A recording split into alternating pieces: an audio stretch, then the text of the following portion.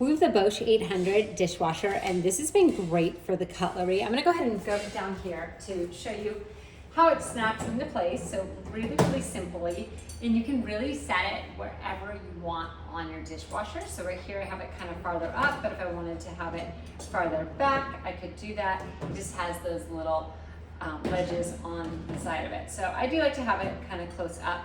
And then this knife, we usually put knives pointing down.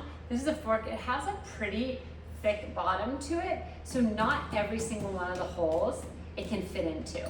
So I kind of like though that it has these different shapes.